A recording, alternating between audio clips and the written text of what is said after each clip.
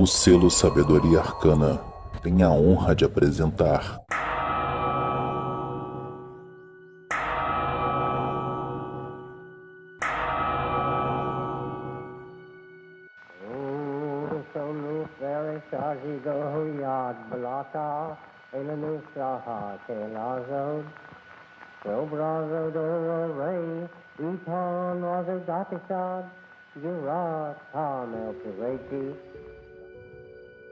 Olá, corações cingidos pela serpente. Estamos aqui para gravar mais um episódio de nosso podcast, que é fruto do projeto Sabedoria Arcana, que visa divulgar o conhecimento arcano através de livros, cursos e esse podcast. Aproveitem para visitar o nosso site www.sabedoriaarcana.com.br e o nosso Instagram, @sabedoriaarcana, para acompanhar as novidades. Inclusive, eu queria também falar de uma novidade mesmo, uma novidade que todos nós estávamos esperando há um bom tempo, possivelmente agora que vocês estão ouvindo esse podcast, o livro já tenha sido lançado, porque nesse exato momento que nós estamos gravando, o livro está indo para o prelo, né, que é o Magic Without Tears, né, o Magic Sem Lágrimas, primeira vez que será lançado em português, com a versão completa, com os comentários do Mota, sem nenhuma alteração e totalmente produzido pelo projeto Sabedoria Arcana.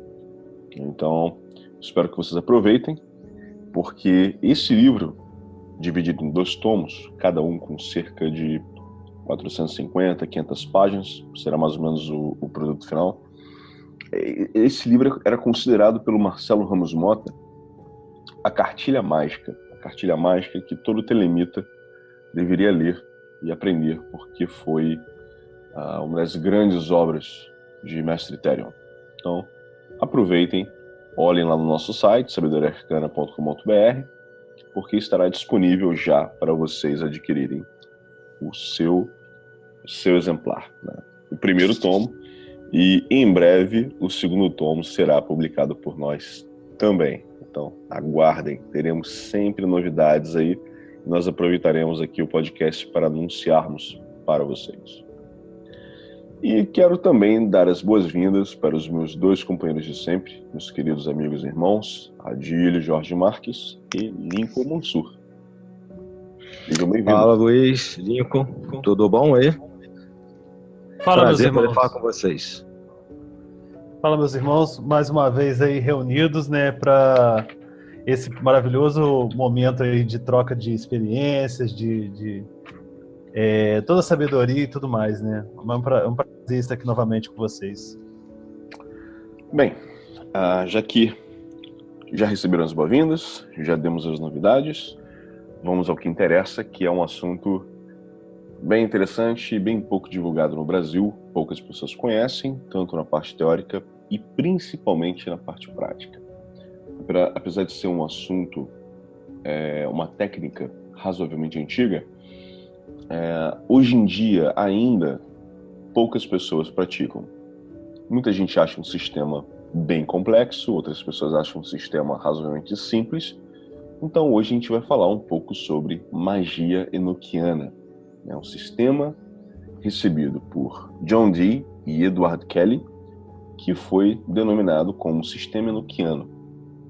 A gente vai entender um pouquinho do contexto histórico desses dois personagens, né, John Dee e Edward Kelly, algumas outras pessoas envolvidas também no processo de redescoberta desse sistema, como o sistema foi resolvido, foi recebido, e também como esse sistema pode ser utilizado durante a caminhada iniciática de todo estudante de magia ocidental, né, dos sistemas ocidentais mágicos.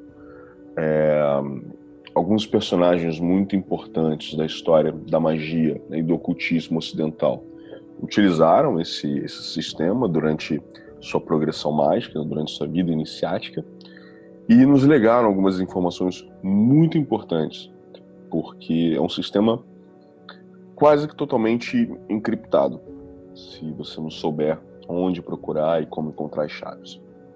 Então, já que eu falei rapidamente de 2 nomes, acho que nada mais justo do que nós começarmos falando sobre esses dois personagens vitorianos, né, que é o John Dee e Edward Kelly, né? Esses dois personagens foram personagens chaves, né, porque foram ambos que receberam, de certa forma, esse sistema mágico. Apesar deles não estarem naquele dado momento procurando esse tipo de informação, eles acabaram recebendo e desenvolveram não, mas vamos dizer que organizaram, né, esse sistema de alguma forma. Mas o mais interessante, no final de tudo, é que esses dois personagens não praticaram o sistema que eles receberam. A gente vai entender um pouquinho por quê também, porque a história deles é uma história bem diferente, vamos dizer assim, né? Meus dois queridos amigos, vocês dois são os especialistas em história, e eu queria que vocês explicassem um pouquinho, então, sobre o contexto histórico daquele momento e posicionassem esses dois personagens naquele dado momento. Principalmente o Dr. John Dee, já que ele foi o conselheiro, né, o mais importante conselheiro de uma das rainhas da Inglaterra. Ele era astrólogo, trabalhou como o que hoje a gente consideraria como espião também, né? Várias facetas desse mago inglês, e também do outro personagem que era o parceiro de trabalhos mágicos do Dr. John Dee, que era o Edward Kelly, né? Por favor, a palavra é de vocês. Pois então, falar sobre esses personagens, né, é um prazer, porque principalmente o John Dee era considerado como uma das mentes mais intelectuais aí da Europa do período, né? Só uma pequena correção, o Mano Luiz. Não são vitorianos, são elisabetanos, né, da Rainha Elizabeth I da Inglaterra, filha do famoso Henrique VIII, que casou 6 vezes. Fez a reforma anglicana, promoveu a reforma anglicana lá na Inglaterra, né? E quando o Henrique VIII falece, na verdade, teve um problema de sucessão, porque a própria motivação, né, um dos motivos da reforma anglicana foi o fato dele não ter filhos homens com a primeira esposa, casou 6 vezes, não teve filhos homens, e começaram a ter uma disputa entre o trono e entre suas filhas, que no final das contas, quem assume é a Rainha Elizabeth, que era muito amiga do John Dee. Enquanto, né, a outra princesa que tinha assumido o trono um pouco antes, a Rainha Maria, ela não tinha muita amizade com John Dee, inclusive manda prendê-lo. Ele nasceu em 1527 em Londres, estudou no Colégio St. John em Cambridge, foi um dos primeiros, criou, né, uma das primeiras sociedades da Trinity College em Cambridge, né? Fez estudos em diversos pontos da Europa. Ele, inclusive, fazia muita campanha para montar uma biblioteca pública em Londres. Ele recorreu muito a isso. Ele tinha uma biblioteca particular muito grande.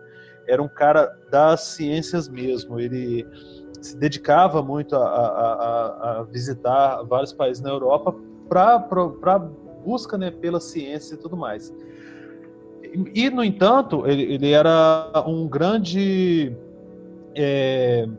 geômetra, né? Porque também geógrafo, porque ele entra com as técnicas de navegação e de mapas na Inglaterra. E além disso, né, estudava as filosofias neoplatônica, hermética, cabalística. E, inclusive, ele teria sido o cara que cunhou a frase, né, do Império Britânico, né, caracterizando a Inglaterra como um império mesmo. E embora ele fosse ele hoje seja considerado um dos principais matemáticos da época, numa lista dos grandes matemáticos do período ele não estava incluso, né, por incrível que pareça. Mas ainda assim tinha uma sapiência respeitada pelas maiores universidades do período aí, né? Vou deixar o Mano Adílio falar um cadinho, que ele entende mais desse campo das ciências do que eu aí. Não, que isso. Não, você já fez uma introdução legal aí, o Lincoln não, o Luiz também já fez. Agora, É interessante a gente começar por esses dois, né, de Kelly, porque eles formatam o que a gente chama, né, ali no Tolkien, a partir da a gente chama do livro de Enoch, ou de uma linguagem que teria vindo lá de Enoch. E eu acho interessante entendermos o contexto histórico também no sentido de que naquela época, não só ciência, mas magia, elas discutiam. Elas eram ciências, vamos dizer assim, eram conhecimentos que conversavam entre si, né? Então, o que o John Dee faz é sistematizar o material que ele recebe do Tritêmios, do Agripa. Aliás, a gente já tem acesso ao material do Agripa aqui em português, e com todo o conhecimento que ele tem de magia, astrologia, cabala, astronomia, ele basicamente une na cabeça dele o que ele acha que é a verdadeira ciência, né? A sabedoria arcana das eras, que são esses conhecimentos que a gente chama hoje de ocultos, né? Com o que a gente veio a chamar no século seguinte de ciência mesmo, né? A astronomia, e você falou aí da geografia, mas ele era também um estudioso de geometria muito importante. Pois é, inclusive, né, a biblioteca dele tinha obras de Platão, Aristóteles, os grandes pensadores, não só do passado, mas também contemporâneos a ele, né? Eu, na verdade, estava dizendo que ele também era um geômetra. Isso, geômetra. Isso. Porque ele era um estudioso de geometria porque ele fez o prefácio de uma edição dos elementos de geometria do Euclides. Então, ele era um camarada realmente reconhecido como um cientista. Não havia essa discriminação de magia e ciência, como a gente vê muito no século XIX e XX, por exemplo, né? E isso é importante.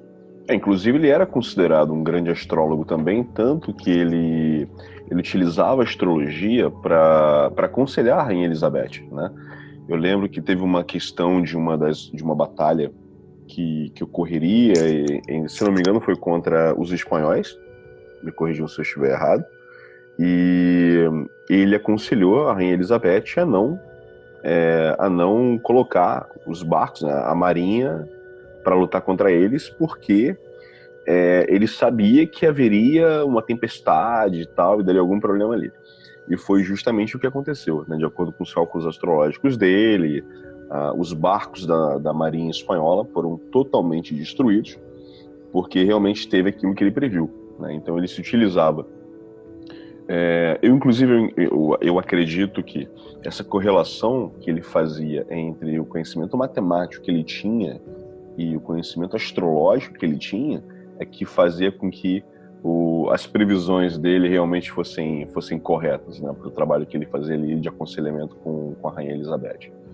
E até onde eu sei também, até onde eu pesquisei, ele também acabou se envolvendo com o estudo alquímico, né, em algum momento. Sim, sem dúvida. Tem uma peça do Shakespeare chamada Tempestade por causa disso que você está mencionando aí também, né? É verdade, aquela peça, a peça do Shakespeare. O dia é mencionado por Shakespeare. Isso dá uma noção, uma dimensão da fama, né, vamos dizer assim, que o John Dee atingiu num determinado período, né, ali no século XVI, na Inglaterra.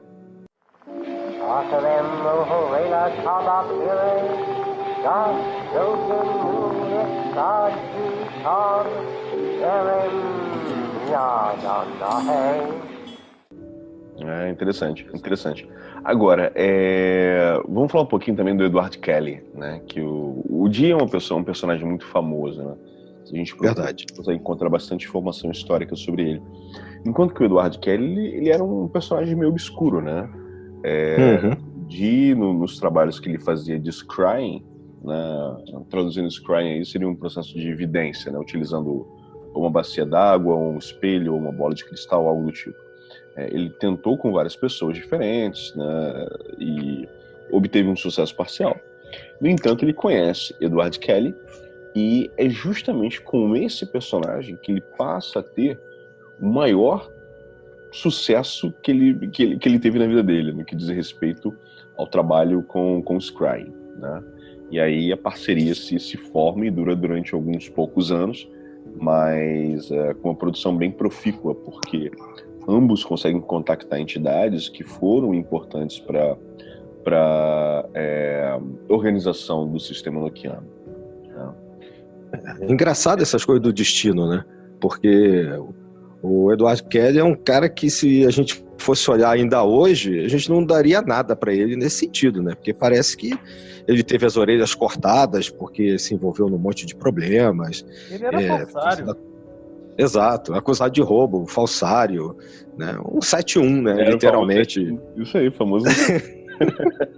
Literalmente era um 7-1. E o cara se liga com um dos caras mais poderosos ali, talvez com essa visão mesmo de época, né? De ser um cara assim, uma aura de poder. Se liga um dos caras mais poderosos ligado à corte da Inglaterra. Um falsário, mas que tinha um dom da visão, ao que parece, né? Muito melhor do que os anteriores com os quais o Dee havia trabalhado, né? A gente vê que uma coisa não tem nada a ver com a outra, né? Na prática. É porque me parece que, inclusive, John Dee coloca o Edward Kelly à prova, quando ele conhece o Edward Kelly, para saber se realmente ele teria sido meio que enviado pelos seres espirituais para ajudá-lo no trabalho espiritual dele e tal. E ele acredita que realmente o Kelly tinha ali um trabalho a fazer com ele, né? Ele acredita nos sinais que ele vê. Sem dúvida, né? O Dee, ele tinha trabalhado com um cara chamado, acho que Salomão alguma coisa, esqueci o nome agora, o completo do verdade. cara. Era um judeu, inclusive, se não me engano, né? Isso. E esse Salomão, ele previu a vinda de um outro que iria substituí-lo, né? Que depois, nessa situação que o Dee acaba testando o Kelly e acreditando.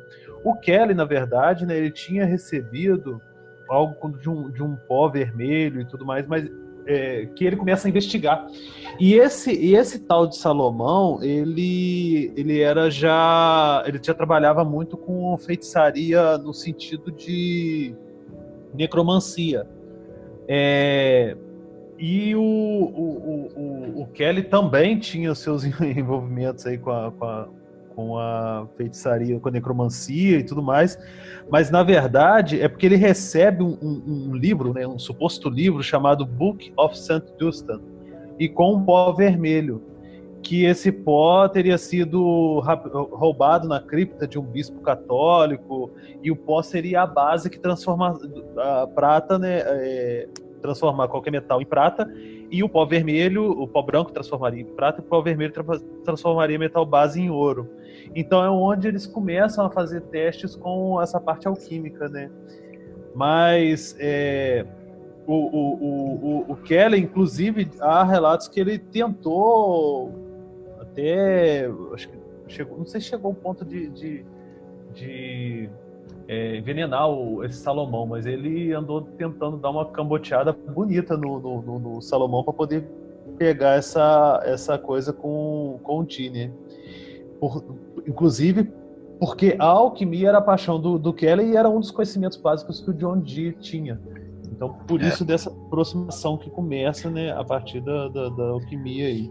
A alquimia, a gente está falando do contexto histórico, aí você tocou num ponto importante. A alquimia era, para a Inglaterra, nos séculos XVI e XVII, algo que, por mais tardio que fosse, que mais ou menos um século depois vai surgir aí a Lavoisier e a química, como a gente conhece, mas só para vocês terem uma ideia, quando em 1666 a Royal Society é fundada, eles estão estudando alquimia, tanto que a coisa de uma década atrás, mais ou menos, duas pesquisadoras lá de São Paulo, brasileiras, descobriram uma carta de um secretário da Royal Society ainda do século XVII, com um envelopinho colado na parte de baixo da carta e tinha um pozinho dentro.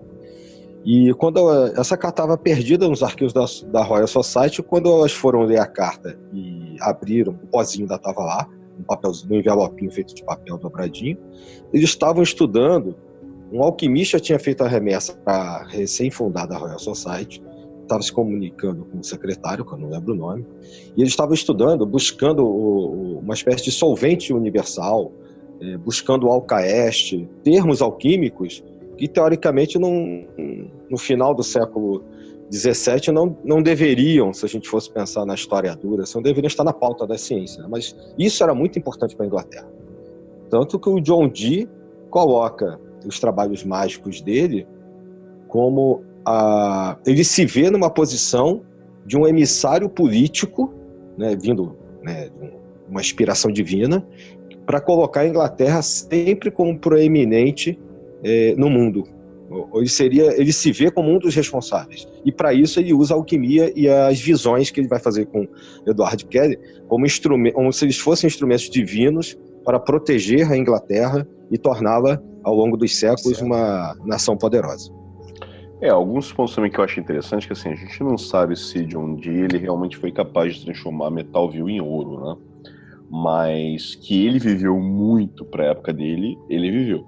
Né? Então a gente não sabe se... Coincidência, né? Coincidentemente, né? Já que, inclusive, uma das características da Pedra Filosofal é justamente ser capaz de prolongar a vida humana acima do normal, acima do padrão, ele consegue isso, né? O elixir da longa vida. A gente não sabe se ele conseguiu literalmente o elixir, mas que ele viveu, se não me engano, mais que o dobro do que era normal naquela época, ele viveu, né? É igual a história do Flamel, o Nicolas Flamel na França, que também viveu 2, 3 vezes mais do que a média da época, do censo da época, né, e que é famosíssimo no mundo alquímico como tendo descoberto, né, alguma coisa, vamos dizer assim. Tá tendo Harry Potter, né? Que inclusive tem a casa dele virou um museu ali na França, né? Você pode ir lá e visitar e conhecer a casa de Flamel, né? Mas só para fazer uma correção aqui, o nome do cara era Barnabás Saul. E o que é importante também fazer um comentário é que o Kelly, na verdade, apesar dele ser trapaceiro, tá lá tentando fazer ouro, falsificador, cunhador de moeda, etc e tal, na verdade, né, o que, em essência, ele não era um cara maldoso, né? Apesar de ter envenenado o Barnabás Saul, mas gente boa. Ele, no geral, ele era gente boa. Porque, na verdade, o que ele queria? Ele queria se dar bem, era um cara, ele era meio brasileiro naquela época, né? Ele queria se dar bem. É o inglês tupiniquim, né? O inglês tupiniquim. Pô, isso tudo vai depender do referencial, né?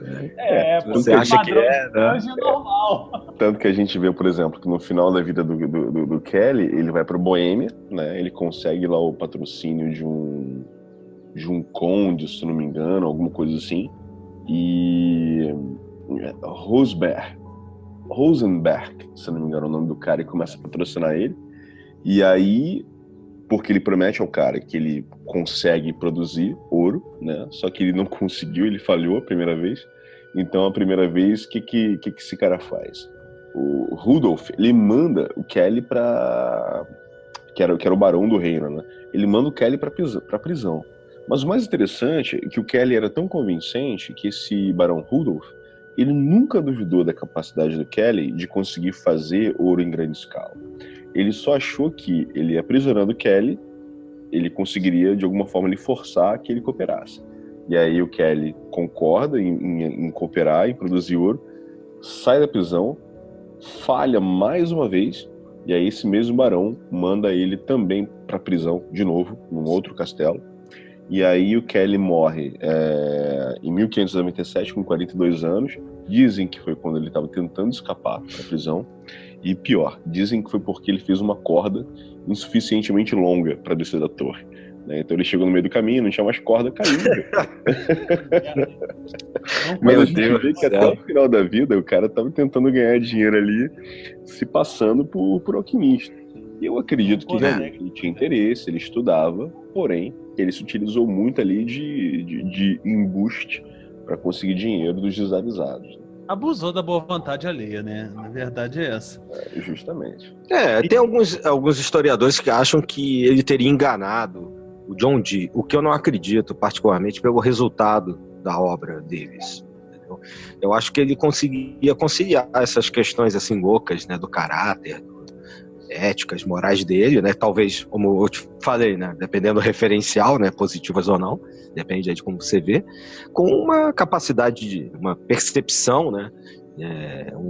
Vamos chamar de mediunidade, talvez, para um linguajar mais senso comum aí que a gente tem aí, né? Com uma facilidade de percepção muito grande e certamente, como vocês falaram, foi ter John Dee e deu um resultado legal, que é o que a gente está discutindo hoje aqui. né? Agora tem um livro que o Luiz me emprestou há uns anos atrás, que é do, se não me engano, do Donald Tyson, que eu li há alguns anos atrás, que talvez interesse aos ouvintes, que acho que historicamente ele é bom e está em português. Como é que é o título mesmo? A Magia Enochiana para Iniciantes. Está aqui na minha mão, o Sistema Original da Magia Angélica. Isso. Fica como referência aí. Inclusive, os nossos ouvintes a tomarem cuidado com a tradução que tem em português, porque é horrível. Infelizmente. Eles traduziram tábua por mesa. Então, se vocês verem quando vocês lerem sobre mesa, prestem atenção no que quer dizer tábua. Porque existe uma mesa no sistema enoquiano que a gente vai falar mais à frente. Só que existem tábuas também. No livro, eles meio que mesclam isso, fica tudo mesa, né? Então, cuidado com isso. Acho que na parte histórica, para quem não lê inglês, facilita. Né? Acho que a gente não tem muita coisa de enoquiano em português, eu acho. É livro mesmo, só tem 2 livros em português. Pois é. E é um do Cat, que é o... Deixa eu ver aqui. É o Aleister Crowley, Magia... esse aí mesmo. O Mundo Enoquiano de Aleister Crowley. Exato. Isso, o Mundo Enoquiano de Aleister Crowley, Magia Sexual Enoquiana. Esse livro e o outro do Donald Tyson. E tem um também que é biográfico da vida do John Dee, que é coleção do esoterismo ocidental, John Dee mesmo. Que é uma coletânea de textos dele com algumas. Eu tô com uns 3 aqui na minha frente, na verdade. Tem um livrinho fininho também, chamado A Mônada Hieroglífica. Esse aí já é a obra do Dee mesmo. Isso. Também tem esse. Mas em termos de enoquiano, tratando especificamente de enoquiano, é isso que o Luiz falou. Acho que a gente só tem uns 2 títulos. Sim. Isso aí. Por aí. E voltando a falar do Edward Kelly, eu acho que muito da cooperação dele com o John Dee era porque ele tinha um interesse imenso de conseguir... Porque ele achava que através daquelas comunicações que ele recebia, ele poderia em algum momento conseguir o segredo da alquimia, né? Então, ele continua trabalhando com o Dee, achando que ele ia, de alguma forma, ele iria tirar vantagem. Ele cooperava, mas ele queria, porque assim, a obsessão dele era conseguir transformar metal vil em ouro e o elixir da longa vida, né? Então, como através do Dee ele viu que ele conseguiu ter acesso a um grupo de seres de uma outra dimensão, ou de um outro mundo espiritual, ou algo do tipo, seja lá o que for, ele permaneceu ali trabalhando, né, para poder conseguir justamente esses segredos alquímicos, né, até que ele conseguiu, inclusive, fazer o troca-troca ali com o John Dee, onde um pegou a esposa do outro, né? Que eu acho que, inclusive, é um outro episódio muito interessante e muito engraçado, né? É verdade. Vocês são brasileiros. Vocês são brasileiros, né? Pela fama é carioca, né? Meu Deus. Inclusive ele utiliza as entidades espirituais, dizendo que eles que mandaram realizar essa troca de esposas, né, que seria importante para o trabalho. Até hoje eu não consigo entender como seria importante para o trabalho, mas o Edward Kelly foi capaz de convencer o John Dee que seria. Mas foi o Kelly que convenceu o John Dee ou foi o John Dee que convenceu o Kelly? Foi o Kelly, porque era o Kelly que recebia a comunicação, né? O John Dee, ele basicamente anotava. E isso, inclusive, é um outro ponto interessante. Que a gente pega, por exemplo, o livro do Crowley, A Visão e a Voz, aí a gente vê o trabalho do Kelly e do Dee, onde o Kelly era a visão, ele recebia, né? E o John Dee anotava, né? Então a visão e a voz, o trabalho da dupla dinâmica ali no sistema enoquiano. É porque, inclusive, o próprio John Dee se considerava péssimo vidente. Sim, ele não era. E ele fala, ele registra isso mais de uma vez em seus diários. Inclusive, até a própria presságio da união entre ele e o Kelly, quem faz é esse Barnabas Soul, que ele faz a seguinte previsão, vou ler aqui: o observador foi convidado a olhar no grande globo cristalino, e a mensagem foi transmitida pelo anjo Anael, por meio do receptor, pois muitas coisas seriam declaradas a Dee, não pelo trabalhador atual, mas por ele quem é designado para a pedra, que seria, né, que logo depois ele encontra o Kelly e o considera como tal. Interessante. Agora, o que é mais interessante também, agora a gente entrando um pouco mais na questão do sistema em si, quando eles começam a receber o sistema, porque assim, basicamente o trabalho deles era, o dia entrava num estado de prece fervorosa, solicitando a ajuda divina para que eles recebessem o contato de seres angelicais, porque ele queria falar com anjos, né? Então a ideia dele era que aqueles seres eram anjos, né? Então essa era a concepção inicial deles. Enquanto que o Edward Kelly permanecia concentrado, olhando ou num espelho de obsidiana ou uma bola de cristal. Eles utilizaram vários suportes para isso. E quando eles começam a receber o contato, eles questionam aquelas entidades que tipo de conhecimento era aquele, né? E essas entidades começam a dizer para eles que aquele conhecimento já havia sido transmitido à humanidade, porém foi transmitido a Enoque, né? E aí a gente tem que entender um pouquinho também quem foi esse personagem lá atrás, que é citado na Bíblia, né? Mas que muita gente não entende ou não conhece direito a história que envolve esse personagem fictício ou histórico, a gente não sabe bem, né? Mas eu gostaria que vocês entendessem um pouco mais, porque quando a gente começa a entender a história desse personagem, a gente tem também por que esses seres espirituais, essas entidades, decidem trazer novamente esse conhecimento, porque de acordo com eles, o conhecimento foi perdido com Enoque, né? Porque o que acontece? Me digam, meus queridos amigos, o que acontece com Enoque que fez com que esse conhecimento fosse perdido para a humanidade? O livro de Enoque, né, ele narra as relações entre os anjos e os homens, né? E dentro dessa estrutura estaria ali naquele meio, né, ainda quanto os anjos auxiliavam os homens e tudo mais, estaria a figura de Enoque, no qual Deus teve muito apreço por ele e passou muito do seu conhecimento a ele. Por ser tão próximo de Deus, o Enoque, ele é a primeira pessoa que ascende aos céus, né, em carne e corpo e alma e tudo, né? Ele desaparece da face da terra. E ele que teria tido acesso a esses primeiros conhecimentos. Inclusive, nessa narrativa do livro de Enoque, diz, né, que a formação dos gigantes foram decorrentes da união entre os anjos e os homens, e várias outras aberrações que surgiram naquele período por causa disso. Inclusive, é uma mitologia, né, nesse sentido, pré-noética, né?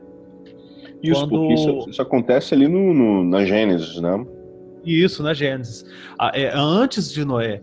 Quando, inclusive, né, esses anjos seriam aqueles que auxiliaram Noé na construção da arca e na defesa ali, até conseguir, né, que a água englobasse a terra toda e terra toda, lê-se, né, aquela regiãozinha ali que eles estavam, e eles conseguissem permanecer salvos ali. Então, os últimos contatos angelicais, né, que auxiliavam desses anjos caídos presos na terra, que tinham auxiliado Noé, eles desaparecem com o dilúvio. Então é uma situação pré-diluviana, no qual o cara que tinha um contato direto, né, o Enoque, ele ascende aos céus junto em corpo e alma, por ele caminhar com Deus, né, assim como usando as palavras lá do texto, e os que restam ali daqueles anjos desaparecem no dilúvio. O que eu acho interessante também é que, você falou aí o mundo inteiro, né? Aquele lugarzinho, na verdade é o bairro de Noé, né? Inundou ali a Praça da Bandeira no Rio de Janeiro, né? Aí Noé fez a barca. Pô, Noé nos dias de hoje ele tava bem servido de luz. Se tivesse aí no Rio, né? Em Salvador também costuma. Justamente. Mas essa visão de mundo que os caras têm antigamente é comum, né? Ele sempre era chamado mundo aquilo que ele conseguia abarcar de entendimento e de visão, né? Então é muito comum que se chamasse o mundo inteiro aquilo que talvez estivesse acontecendo numa a gente sabe hoje, né, que uma determinada região geográfica, né? Sim. Agora isso que vocês falaram aí é fundamental para entender, né? É um sistema enoquiano que está remetendo a Enoque, né? Aquele e subiu aos céus, o primeiro que subiu aos céus, tamanha proximidade com Deus, ou seja, estava perto dos mensageiros, que são os anjos. Então, isso foi interpretado, né, que foi recebido aqui como chamado sistema enoquiano, como um alfabeto, os sinais, os códigos passados por anjos, como vocês já falaram aí, e associado ao nome de Enoque. Eu acho que só para complementar algumas dessas informações, é que eu lembro que um dos livros que ele diz que ele caminhou nos céus com Deus, né? Ele caminhou ao lado de Deus, né? E outra coisa é que esses anjos que vêm à Terra e reproduzem, né, copulam com seres humanos, com as mulheres, eles chamam as filhas dos homens, dá origem aos nefilins, né? Aos chamados gigantes, que eram os filhos dos anjos com as mulheres, né, humanas, né? E Enoque era pai de Matusalém, que era pai de Noé, né? Então Sim. A gente ainda vê aí uma linhagem, né, reconhecida. O Eric von Däniken diria que ele foi abduzido, na verdade, né? Eu não quis falar de disco voador, né, mas... O von Däniken vai lá e vai... Aquele outro que é do History, que eu esqueci o nome dele, o Tessanopoulos, né? É aquele grego. Georges Tessopoulos. Algo assim. Como diziam os teóricos dos antigos astronautas, acho que ele foi abduzido. Mas assim, a gente para pensar nessa analogia, né? Pô, o cara ascendeu aos céus em carne e caminhou ao lado de Deus. É muito louco a gente parar pra pensar nisso, né? É que nem o primeiro capítulo de Ezequiel, que também é normalmente associado a essa questão ufológica sobre os seres que aparecem, né, numa espécie, né, de roda girante. Não vamos dizer disco voador, vamos dizer roda girante. Tá procurando a palavra, exatamente. Né? Mas que, assim, os cabalistas interpretam essas passagens, né, de uma maneira completamente diferente, né, dos ufólogos. Então, Sim. Por exemplo, esse primeiro capítulo de Ezequiel aí, que vai ter um pouco a ver com o que a gente vai falar aí da Liber 418, por exemplo, né, ele é associado aos mundos da Cabala, né, e não necessariamente a alguma aparição física que estivesse acontecendo com determinadas rodas, né. Então isso vai depender, obviamente, de como você, de novo, né, o referencial que você tem para interpretar, né, o que está sendo colocado ali. Ainda mais quando está associando com a Cabala, ou Cabalá, como queira, aí a coisa fica mais complicada ainda. Cada um enxerga de acordo com o óculos cultural que carrega, né? No caso, os cabalistas, eles vão entender por conta até mesmo da questão das esferas da Cabala e tudo mais, então vão entender nesse sentido. Agora, quem está na crista da onda do século XXI vendo o disco voador para tudo quanto é lado vai entender a questão do disco voador, né? Mas, enfim, vai muito da experiência pessoal de cada um, né? Desde que não seja o ET Bilu, tá bom. O ET Bilu ainda promove conhecimento, né? Não sei não. Busquem conhecimento. Exatamente, busquem conhecimento. Ai, meu Deus. Mas agora, as paradas começaram a degringolar quando o ET Bilu apareceu, né? Pois é.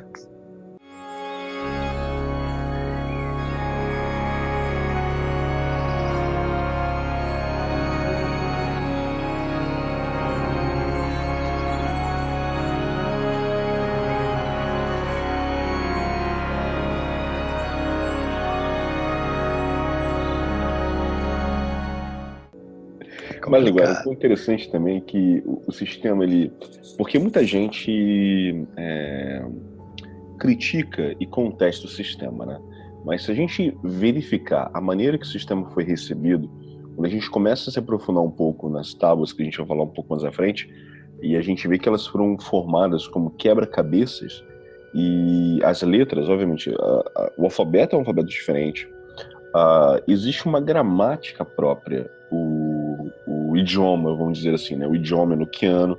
Existe uma estrutura gramatical que a gente vai encontrar, por exemplo, em obras de linguistas como o próprio Tolkien, né, que cria seus idiomas como Tengwar Sindarin e outros idiomas.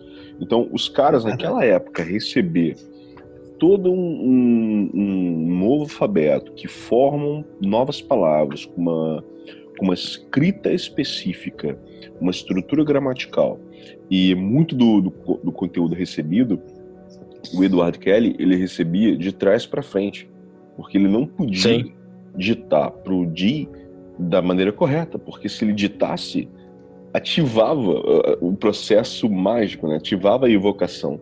Se ele citasse as chaves da maneira correta, ele estaria invocando. Então, as próprias entidades passavam o conteúdo para ele de uma maneira que o cara recebesse e não ativasse de tão poderoso que era o sistema. E aí, o mais interessante de tudo é que os caras passam, acho que uns 3 anos trabalhando com isso, um pouco mais, não usam o sistema. Eles não trabalham com o sistema em momento algum. Ou, ao menos, não se tem nenhum registro nos diários do John Dee, né, porque tem lá o livro do Casaubon, inclusive, do Eric Casaubon, se não me engano, que fala sobre... que tem os diários do John Dee, e não existe nenhum registro de uso do sistema enoquiano pelos dois, ou mesmo só pelo John Dee, né? E aí, muito desse conteúdo, né, já que ele deixa guardado, né, depois que porque o John Dee, depois que ele perde a posição dele na corte, ele meio que começa a ser caçado, né? Então, muitos dos livros dele, da biblioteca dele, é desfeita, né, queimada ou é roubada, pilhada e tal. E muito do material do sistema que eles recebem se perde, né? E, eventualmente, parte de um material desse estava no fundo de uma gaveta de um armário, que foi adquirida por um cara chamado... por um cara, né? E, posteriormente, adquirido por um outro cara, um maçom conhecido na época, chamado Elias Ashmole. Que, inclusive, foi o maçom que estruturou os 3 graus, como a gente conhece hoje na maçonaria, né? Os 3 primeiros graus. Pois é. E aí a gente... Famoso Rosa Cruz. Famoso Rosa Cruz também. E aí a gente já está num momento um pouco mais à frente, né? Alguns séculos mais à frente, se eu não me engano. Eu queria que vocês falassem um pouquinho, tanto desse personagem quanto daquele momento. Deixa eu só fazer uma complementação antes disso, que para poder entender também o porquê da perseguição, afinal de contas, ele estava no período da Rainha Elizabeth, né? Porque logo ao sair a Rainha Elizabeth, assume o primo dela, né? O Jaime I da Escócia, que era um católico, mais fervoroso e tal. Depois ele acaba aceitando a religião anglicana, mas ele tinha aversão à magia e ele começa a perseguir isso tudo. Então é onde começa essa perseguição e essa caça às bruxas aí. Aí vou deixar o Manadir falar um pouquinho mais do Elias Ashmole aí. Esse é um personagem importante na estruturação, né, dos primeiros graus da maçonaria, como a gente conhece, já saindo daquela maçonaria operativa e surgindo a estruturação de uma instituição que também é muito marcante na história da Inglaterra, já no século XVII e termina de se configurar no século XVIII, mais precisamente em 1717, né, que é a criação da Grande Loja da Inglaterra, né? Depois vai se tornar a Grande Loja Unida, né, de Londres, no outro século. Mas esse personagem que transita pelos meios rosacrucianos, pelos meios da Royal Society que eu mencionei antes, pelos meios alquimistas, astrológicos, ele pega esses tratados que estão disponíveis na Inglaterra do século XVII, né, e começa, por meio de estudos e de palestras, né, a influenciar essa nova maçonaria chamada de filosófica que está aí surgindo. Agora, dentro disso que vocês colocaram, do que a gente está falando aqui desse personagem, que acaba tudo se misturando, ou seja, a gente percebe, né, que tudo que vai acontecendo no final do século XVI, com o Dee e o Kelly, vai tomando uma conformação, continua ativo durante o século XVII, como a gente falou também aqui do Ashmole e da Royal Society, e continua presente no ideário inglês, pelo menos na primeira metade do século XVIII, um século ligado à racionalidade, ao iluminismo, mas que ainda está banhado na Inglaterra por esse ideário, assim, né? A dificuldade, às vezes, de separar o que é a moderna ciência da antiga ciência, da antiga sabedoria, né? Ou sabedoria arcana. Agora, eu só queria pontuar que vários desses objetos de John Dee, a gente está falando aqui, a gente não está especulando, e nem o sistema enoquiano é uma especulação, porque o Museu Britânico de Londres tem várias dessas peças que pertenceram a John Dee, que acabaram chegando, né, por as mais variadas vias, as vias tortas, né, chegando a estar no museu à exposição. Né? Então, não foi uma brincadeira, né, de um maluco barbudo, né, que tem aquelas imagens de John Dee barbudo lá, né, um maluco lá do século XVI que estava, né, tentando incorporar alguma coisa lá. Foi realmente um trabalho que não só influenciou dentro da corte britânica da época, né, do final do século XVI para o XVII, mas também marcou todo o ideário inglês, né, e que é o sistema mágico que vai marcar várias das instituições que a gente vive conversando e falando, até na história do ocultismo, como a própria Golden Dawn, né, e depois o próprio Crowder, já no século XX. Né? Então, é um sistema que tem peças palpáveis para serem, e textos palpáveis para serem estudados, e que já foram testados ao longo de séculos. E aí, a gente dando continuidade a esse processo histórico da descoberta, da redescoberta do sistema enoquiano, a gente vê de forma meio que coincidente, né, que é justamente o maçom Rosa Cruz que descobre, né, esse material do John Dee, reconhece o valor daquilo dali, né, e posteriormente, de alguma forma, é o que também vai dar ensejo para que um trabalho numa outra ordem mais à frente dê prosseguimento, que é na Golden Dawn. Né? Exato. O movimento Rosa Cruz, vocês já escutaram o nosso podcast do mês de junho, que trata sobre o rosacrucianismo, né?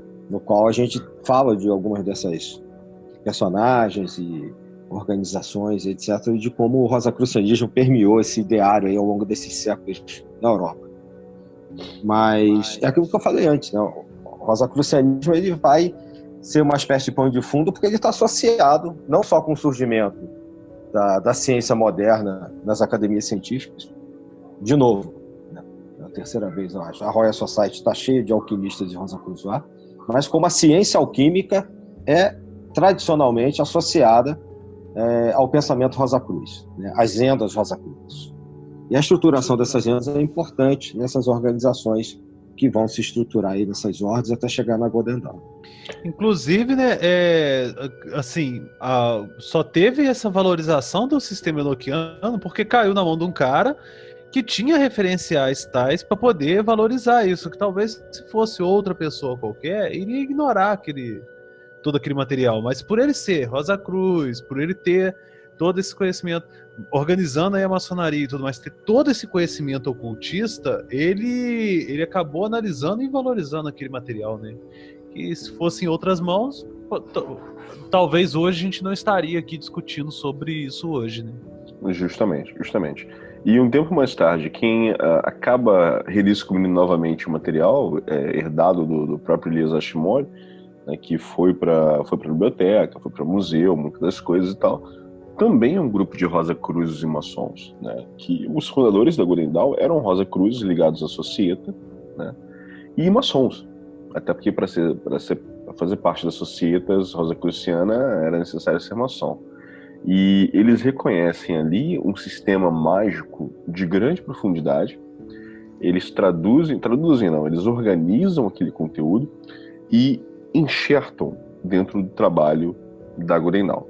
O mais interessante é que eles não utilizam todo o sistema, eles utilizam uma pequena parte do sistema enoquiano, incluindo o xadrez enoquiano, né? Alguns de vocês, para quem tiver interesse, é legal procurar, é legal pesquisar. Existe realmente um jogo, né, um xadrez baseado no sistema enoquiano, que foi criado dentro da Golden Dawn, que inclusive as figuras, né, as peças são deuses egípcios, e se utiliza uma forma de jogada diferente. Você tanto pode utilizar para um trabalho mágico, quanto para um trabalho divinatório, e também como jogo, né, para se divertir. Isso é só um dos exemplos de como a Godendal conseguiu reaproveitar o material que eles conseguem descobrir, né, que vem de John Dee. E, obviamente, como um dos membros proeminentes da Godendal foi justamente um carinha chamado Aleister Crowley, e foi o cara que, posteriormente, de alguma forma, deu prosseguimento ao trabalho iniciado pela Godendal, né, não de forma, digamos, material, né, não dando prosseguimento à ordem em si, mas de forma espiritual, como herdeiro espiritual da Godendal, né, dentro da ideia do Novo Éon, que foi promulgado através do recebimento do Livro da Lei.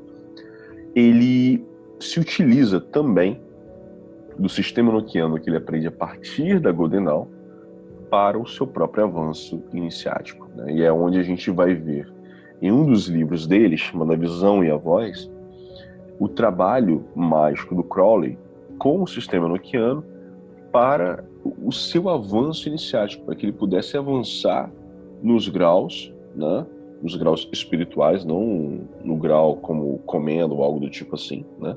Tanto que o Mota e alguns outros telemitas proeminentes consideravam A Visão e a Voz, né, o livro A Visão e a Voz, como o segundo livro da lei. E realmente, se a gente pegar e olhar, se a gente for ler, o quão profundas são as mensagens que são recebidas ali durante um trabalho que leva meses, na verdade leva anos, porque ele conclui grupos de Aetirs, né, em cada operação. Numa das partes, que foi justamente num dos períodos, foi onde ele foi para o deserto junto com o Victor Neuburg, e ele faz várias operações ali, consegue avançar em vários Aetirs. A gente vê todo o processo dele enfrentar e dele lidar com as entidades enoquianas de cada um dos éteres. A gente vai falar um pouco mais à frente sobre o que quer dizer isso, né? Mas é o trabalho mais importante do Crowley, no meu ponto de vista, com o sistema enoquiano, é o livro A Visão e a Voz, e em segundo lugar é o Liber Vel Hanok. É um outro Liber que assim, ele estrutura de acordo com a visão do Crowley, né, o trabalho enoquiano. É como se ele pegasse o sistema da Godendal e adaptasse para o sistema dele através desse Liber. Que, inclusive, no livro do Lowmiro Duquette, né, o Mundo Enoquiano de Aleister Crowley, Magia Sexual Enoquiana, ele fala justamente, ele interpreta e explica todo o Liber Hanok e como é feita uma operação enoquiana utilizando o sistema do Crowley também, né?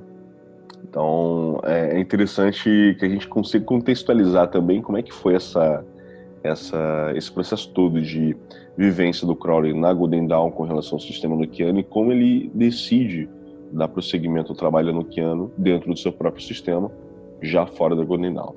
Eu acho esse trabalho do Crowley com o enoquiano algo assim fantástico, né? Tudo que ele fez foi de certa forma assim muito impactante e tal, mas ele descrevendo todas as viagens nos Etires, e ele faz a consecução completa, né, das viagens e tudo mais, e isso tá no cerne da própria trabalho da A, pela própria questão da cidade das pirâmides e tudo mais, que são elementos que ele tem acesso a partir do trabalho com os Etires e que se incorpora dentro do sistema da A, né? A Godendal usava numa parte mais interna, numa segunda ordem, esse estudo enoquiano, né? Como o Luiz já colocou, né, com uma parte desse conhecimento, que é vastíssimo, e com características próprias, e que, obviamente, o Crowley, por ter chegado ao ápice desse estudo dentro da Godendal, ele teve acesso a esse conhecimento. Depois, mais ou menos, entre 1900 e 1909, e finalmente, quando ele viaja com Neuburg, para fazer, ele escolhe, né, qual vai ser o instruído dele para fazer uma espécie de parceria como John Dee, que a gente falou aqui já vastamente, com o que ele fez. Então, ele vai fazer com esse neófito dele e ele consegue terminar de sistematizar um trabalho que, como foi dito, é um trabalho de vários anos, na viagem desses planos e com as suas devidas chaves.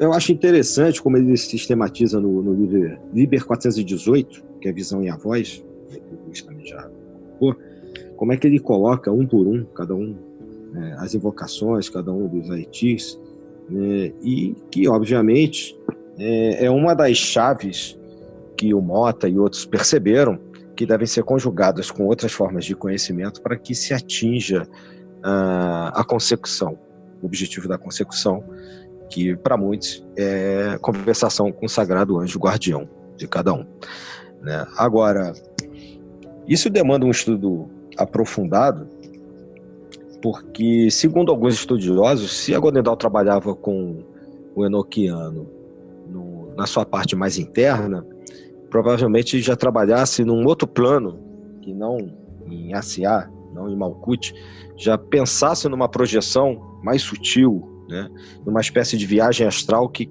carregasse você a novos níveis de consciência, até você se deparar, como o Crowley teve a primazia de fazer de maneira muito clara, na Visão e a Voz, até se deparar com o seu próprio desafio lá, já para o final, num dos Aertirs, de ultrapassar o seu próprio demônio, né, seu próprio adversário, para atingir essa consecução. Então, existem muitas chaves de entendimento que são discutidas ainda de como é que esse processo pode ser feito, porque, segundo alguns estudiosos do John Dee, pela visão inglesa, não existe muita associação, não seria muito possível fazer uma associação, por exemplo, da astrologia, da cabala, do tarô, com o sistema enoquiano, sistematizado pela Godendal. Apesar de que a ideia dos fundadores da Godendal era sistematizar todo o sistema mágico, né? Tudo que houvesse de magia, tudo que havia de magia, era estudado dentro da Godendal. Parece que era um dos ideais do Matthias, por exemplo. Agora, não é uma associação fácil você entender exatamente como é que o Crowley atingiu esses planos, porque vai depender, primeiro, de qual é a visão que você aceita que isso possa ter acontecido, e segundo, se você aceita que foi por uma estrutura cabalística, qual foi a estrutura cabalística que ele teria usado? Porque a gente está acostumado a trabalhar com uma única ideia de árvore, né? Uma única árvore existindo com as 10 sefirotes lá, e a gente já vê isso em vários sistemas, né? Existem até comentários feitos em relação à Visão e à Voz, a essa obra, das várias árvores que na verdade existem em cada mundo.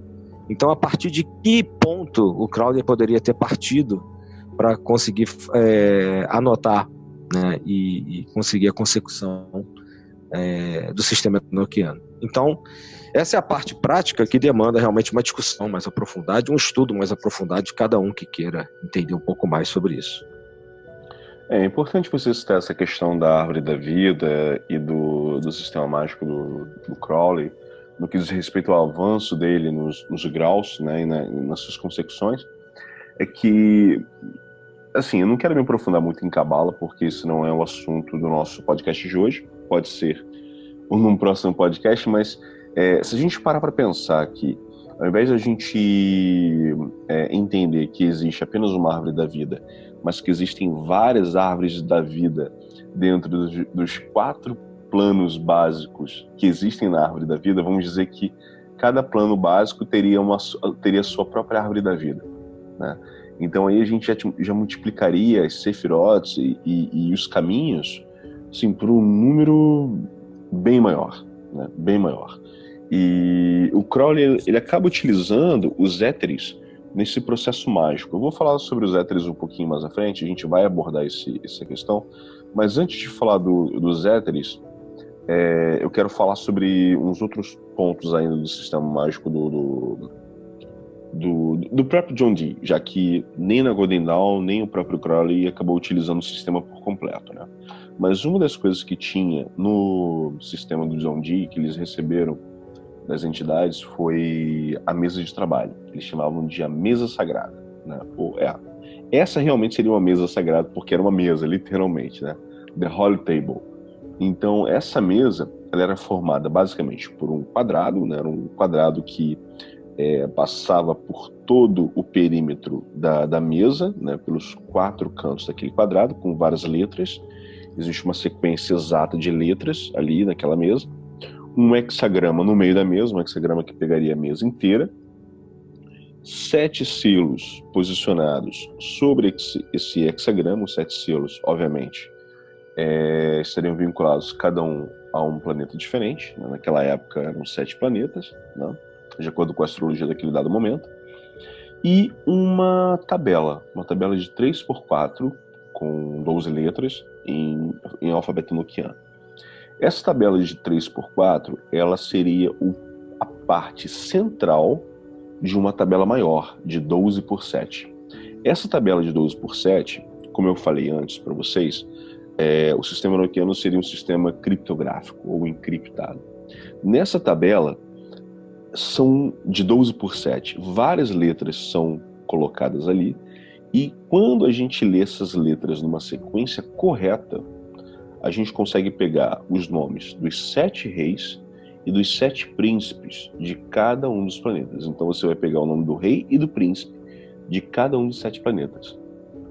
Por isso que é 12x7. 12 letras em linhas, desculpem, são 7 linhas com 12 colunas. Então você vai ter 7 reis e 7 príncipes, né? E aí ele pega a parte central dessa tabela maior, né, que fica ali por 3x4, e coloca essa tabela menor no centro da mesa, entre os 7 selos. Então essa é a mesa sagrada. E o trabalho feito nessa mesa sagrada, nessa mesa de trabalho, né, que pouquíssimas pessoas trabalham com isso, porque não foi o sistema mais difundido, já que o trabalho mais difundido com o sistema enoquiano é o sistema dos éteres, né, o trabalho com os éteres, né? Então, assim, quando se quer trabalhar com entidades planetárias ligadas ao sistema enoquiano, utiliza-se essa mesa em específico. Que aí você faz a recitação de cada uma das letras, que pega todo o perímetro da mesa e faz as invocações específicas para cada um dos reis e para cada um dos príncipes do planeta específico com que você quer trabalhar. Se você quer trabalhar com a energia de Vênus ou com a energia de Mercúrio, você vai trabalhar com aquele rei, com aquele príncipe daquele planeta em específico. Inclusive, mas você tem que incluir os elementos também, né? Oi? Mas tem que incluir os elementos também, né? Não, os elementos é numa outra tábua. É na tábua maior. É na tábua recensa, que eu vou falar um pouco mais à frente também. Essa é uma mesa certo. Que ela é mais focada nos planetas, é o sistema planetário. E uma das pessoas que a gente consegue encontrar eu não sei se a gente consegue ver o áudio ou se também consegue ver o vídeo, é o próprio Lomilo Duquette, né? Você consegue ouvir o Lomilo Duquette recitando as letras ao redor dessa mesa. Então ele é um dos caras que ele fala dessa mesa, como é feito o trabalho, de forma bem superficial, mas ele fala sobre isso, e a gente consegue entender melhor como é feito o trabalho com esse sistema da mesa. Pa, med, fam, med, drux, fam, ur, ged, graf, drux, med, graf, med, ur, med, gal, ged, drux. O que é mais interessante é que a mesa, ela não era uma simples mesa que você colocava ali e começava a fazer a invocação. Não. Você precisava ter nos pés, em cada um dos 4 pés dessa mesa, um selo chamado Sigillum Dei Emet. E aí você tinha que colocar um sigilo desse, não era um selo em forma de círculo, você tinha que colocar um sigilo desse embaixo de cada um dos pés. E no centro da mesa, em cima do selo central, você colocava um sigilo Dei Emet maior, sobre o qual você cobria a mesa com uma seda dourada, e ali você colocava ou o espelho de obsidiana, ou a bola de obsidiana, ou bola de cristal, seja lá o que for, para trabalhar em cima daquela mesa. Isso, na visão do John Dee, de acordo com a informação que ele recebe, era uma maneira de isolar aquele local, isolar aquele meio de recepção, porque a gente vai entender que aquela bola de obsidiana ela vai funcionar como receptor. Ela é um meio receptor que transfere as imagens recebidas para o olho do scryer, né, do médium, digamos assim. E aí o sigilo Undeyemet nos pés da mesa, embaixo da bola de cristal ou do espelho de obsidiana, protegeria aquele ambiente e o operador também, que não houvesse nenhum tipo de interferência por entidades mal intencionadas. É um isolamento, né? É um isolamento, isso aí, isolamento. Isso lembrando que a tradução de sigilo Undeyemet significa, né, selo de Deus da verdade, né? Isso aí. E aí, quando a gente vai estudar um pouco o sigilo Undeyemet, que eu acho que é o símbolo mais conhecido do sistema enoquiano, que é um selo imenso, que tem vários círculos, tem pentagrama, tem hexagrama e tal. Quando a gente... Que se acha na internet com facilidade, para quem quiser, quem está ouvindo, né? Quem quiser procurar, vai achar. Inclusive, vamos tentar lembrar de utilizarmos o sigilo Undeyemet como imagem para esse podcast.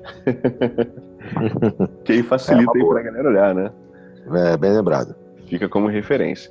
Inclusive, só te cortando o áudio rapidinho, lá no museu, que o Adílio até comentou que tem os materiais do Di, existe um sigilo Undeyemet desse feito em cera enorme lá, né? Que é atribuído a ele, inclusive. Atribuído a ele, com um espelho de obsidiana e todos os apetrechos, né?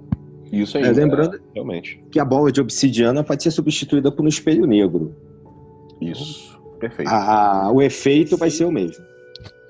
Sim, no caso, os materiais, né, assim, de visão seria a bola de obsidiana ou o espelho negro, ou ainda a bola de quartzo, né?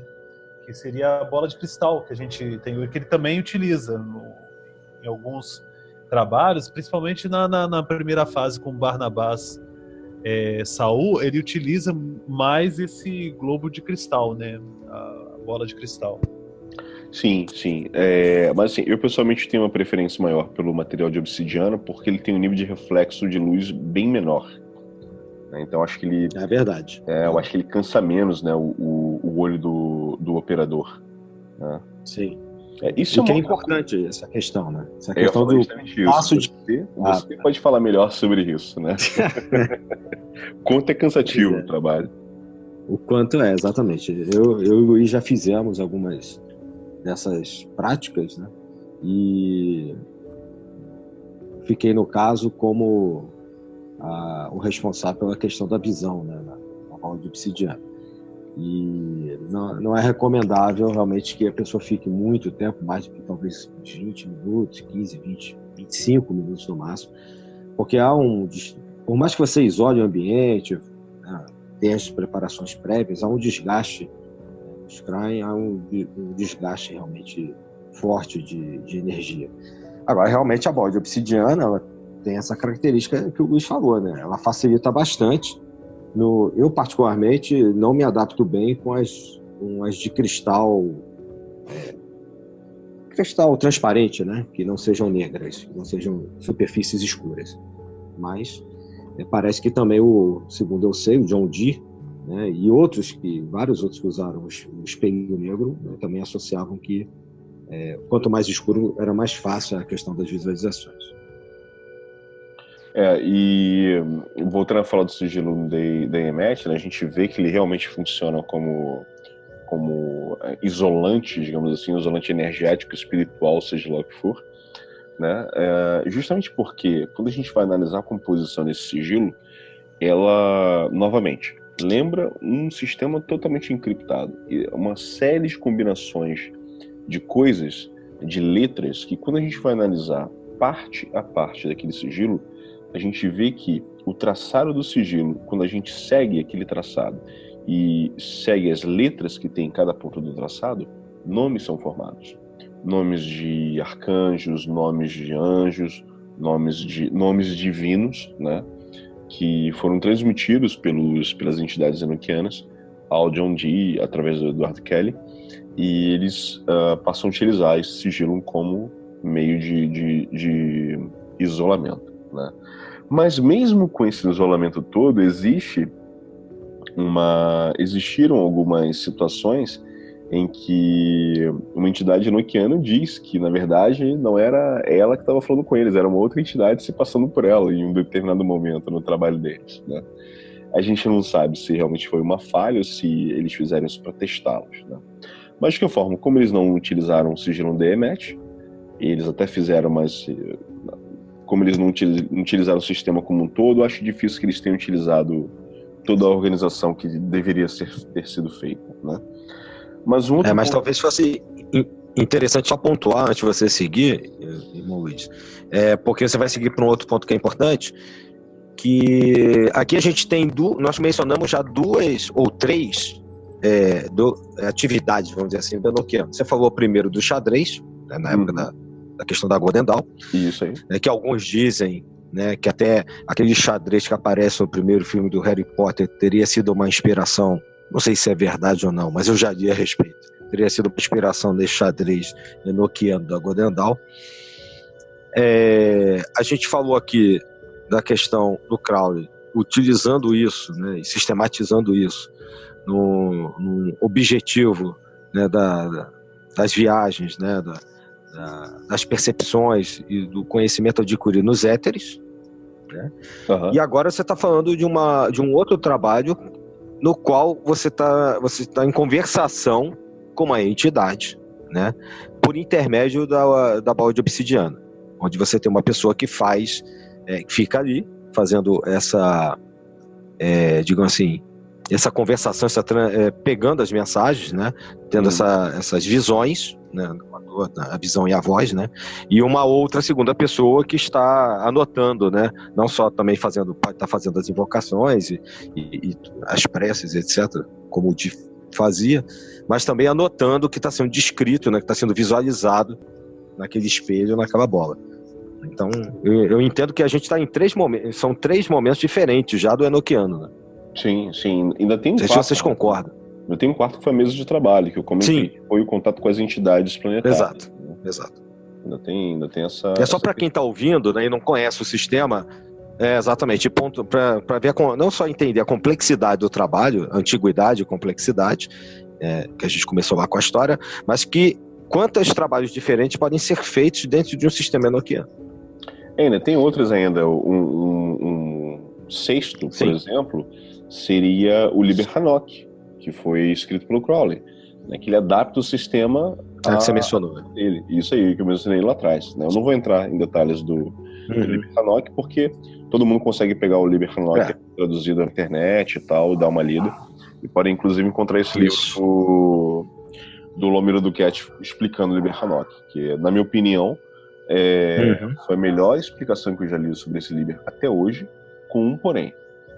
Tem que ter um conhecimento básico de enoquiano. Se você ler esse livro do Lomiro Duquette sem um conhecimento prévio, vai ser simples poeira para os seus olhos, porque não vai ser claro, ali não está claro. Ali é para quem já tem um conhecimento básico do sistema, sabe do que ele está falando, né? Mas é uma boa referência. Como introdução básica ao sistema, para quem sabe ler o inglês, eu indico aquele Enochian Vision Magic do Lomiro Duquette, né? Isso aí. Porque ali ele destrincha tudo, né? Ele inclusive destrincha o sigilo DMET. Verdade. É bem interessante. Eu acho que talvez seja mais a obra, não está em português, como você falou, mas das que eu conheço, talvez seja mais completa e didática. Porque o problema do enoquiano que eu vejo é você conseguir passar isso de forma inteligível. Sim. De forma didática. Eu diria que tem um outro livro que, na verdade, são 2 livros, né? Que são melhores do que esse. Mas esse, para mim, tá no meu top 3. Né? Esses outros 2 livros são o Enochian Magic in Practice e Enochian Magic in Theory, do Frater Yehida. Também... você falou dele. Isso. E tem um outro bem pequenininho. Esse foi escrito com uma monografia de pesquisa e tal, que é The Theory and Practice of Enochian Magic, do Mark Stavish.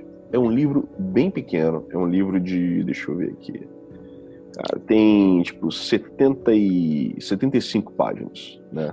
É um livro curto, mas é extremamente interessante e dá uma base bem legal para se trabalhar, né? Bem legal mesmo. Eu acho que depois que ler o livro do Lomino do Cat, seria uma boa indicação. Aí é um aprofundamento, né? Eu entendi esses como um aprofundamento. Isso aí, seria um aprofundamento. E aí, falando agora de um outro ponto aqui, a gente falou da mesa de trabalho e tal, sigilo do EMET, e tem também a grande tábua, né? Aí a gente vai falar de um outro, a gente já falou de 4 ou 5, até já perdi as contas. Acho que foram 5, né, com esse último. Não, na verdade, se não me engano. 6 com Libertanok. Ah, bom, tá. Isso. Já tem isso também. E aí tem a grande tábua, né, que nessa grande tábua, isso é um outro ponto interessante. Eles recebem a grande tábua, que era vamos imaginar uma tabela imensa eu não lembro agora quantas colunas ali, 48 por 48, 64 por 64, uma coisa assim. Não estou com uma referência aqui agora, mas é uma tábua imensa, com letras, assim, de forma... Quando a gente olha no primeiro momento, parecem de forma aleatória, né? Só que, na verdade, elas não são posicionadas de forma aleatória, porque para cada um dos tipos de entidades diferentes, existe um traçado dentro dessa tabela que você faz e você encontra o nome de cada uma das entidades. Então, novamente, é um sistema criptográfico, né? É uma imensa tabela, uma imensa referência, onde ali tem todos os nomes existentes dentro do sistema enoquiano, de todas as entidades com que você precisa ou possa um dia vir a trabalhar. E dentro dessa grande tabela, que num primeiro momento foi recebida com um erro, e depois, meses depois, ela foi corrigida, e aí ela passa a se chamar tabela recensa, né, que é a tabela corrigida, né? Dentro dessa grande tabela, ela também é dividida em 4 partes, né? Já que ela tem 4 quadrantes, é um grande quadrado, ela tem 4 quadrantes ali dentro, unidos por uma grande cruz central, e esses 4 quadrantes são as tabelas dos elementos, né? Cada um dos elementos tem a sua própria tabela. E dentro da tabela dos elementos, que é uma tabela menor, também tem 4 outras tabelas, que aí você tem, né? Vamos imaginar uma grande tabela. Dentro dessa grande tabela você tem o quadrante da água, o quadrante do fogo, o quadrante da terra e o quadrante do ar. Em cada quadrante você tem uma tabela menor. Aí você pega essa tabela menor. Dentro dessa tabela menor você vai ter água de água, fogo de água, ar de água, terra de água. Né? É quase um tatuômetro. Isso aí, é quase um tatuômetro, muito mais antigo. Exato, muito mais antigo. E você pode trabalhar com as entidades de cada um dos elementos e dos subelementos dos elementos. E ali você também tem príncipes, princesas, reis e por aí vai. É uma quantidade infinita de entidades. Então só essa grande tabela e as tabelas elementares já dá um trabalho imenso para você pegar, entender as entidades e trabalhar com cada uma delas. Era nelas que eu estava pensando naquela hora que eu falei, porque eles conseguem pegar toda uma estrutura, né, hierárquica até chegar nos elementos, se você quiser trabalhar nesse sentido, inclusive para uma coisa muito específica. Se você quiser fazer uma determinada evocação para uma entidade específica, para algo específico que você ou queira perguntar ou queira adquirir. E aí você tem, inclusive, os elementos para trabalhar. E os elementos dos elementos. A própria complexidade do sistema, né, denuncia a favor dele próprio, do tipo de não achar que o Kelly enganou o Dee querendo montar um negócio desse. Porque, cara... O trabalho para montar um trabalho tão complexo igual a esse é de uma vida inteira. Não tem como, cara, em pouco tempo de convivência que os dois tinham, né, criar algo tão complexo assim. Não tem. É aquilo que o Luiz falou antes, né? São 21 letras. Com toda uma estrutura que é associada não só com a parte elemental, astrológica, e que praticamente gera uma gramática própria, e que já foi testado por uma quantidade muito grande de magistas ao longo de séculos, inclusive por uma organização que tem uma importância particular dentro do imaginário, da estruturação de várias das organizações iniciáticas que a gente conhece do século XIX para cá, que é a Golden Dawn, né? Então, eu acho que isso por si só, como você disse aí, já invalida que seja um embuste, que seja uma brincadeira. Inclusive é interessante citar também alguns outros pontos que vai nos levar de novo ao Golden Dawn, que são o seguinte: essas 4 tabelas elementais dentro da grande tabela, elas são chamadas de torres de vigia, né? E existe um ritual dentro da Golden Dawn que era chamado ritual de abertura das torres de vigia. E aí, quando você fazia esse ritual, quando você trabalhava com ele, em cada um dos quadrantes do templo, você tinha essas subtabelas dos elementos em formato de banner, né? Elas ficavam lá na parede para que quando você fosse lá naquele local, fizesse a invocação daquela específica torre de vigia ali, você fizesse a ativação, né? Você fazia a ativação da torre de vigia.